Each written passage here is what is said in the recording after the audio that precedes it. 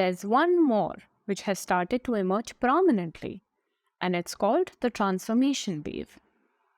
Before we can understand the sixth wave, we must talk about the meaning of transformation in the first place.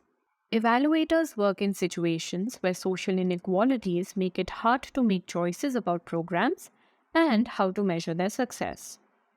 For this reason, the definition of ethics is important for evaluators who consciously position themselves as promoters of human rights and social justice. To help with these kinds of big choices, the transformative paradigm provides a way to think about the assumptions that guide evaluators. This puts evaluators in the complicated territory of cultural views and norms that may help or hurt social change that is transformative. Rather than giving priority to evaluator-driven transformational evaluations of global public policies and programs, International Evaluation Academy, which is the IAA, proposes to probe new frontiers in evaluation knowledge and practice. This includes social tipping points, which is a research and demonstration initiative focused on improving understanding of how tipping points accelerate environmental and social transitions, and how evaluation can use this new knowledge to trigger positive social change. Number 2 is Beyond GDP measures.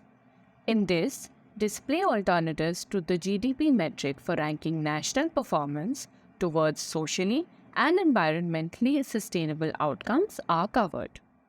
Third, broadening the evaluation agenda. This initiative would examine whether transformation should be added to accountability and learning as an overarching evaluation goal, and if so, how this new goal might productively connect with the other goals. Number 4, climate litigation support. This domain explores how evaluation methods can be used to assess legal interventions aimed at improving compliance with global climate agreements. It seeks to determine the effectiveness of these methods and their potential for supporting climate change mitigation efforts. Number 5, decolonization. Decolonization in evaluation means moving away from Western ways of thinking and behaving and making evaluation a public good instead of a market commodity. This involves exploring new evaluation approaches and engaging in dialogues with partners to encourage reform.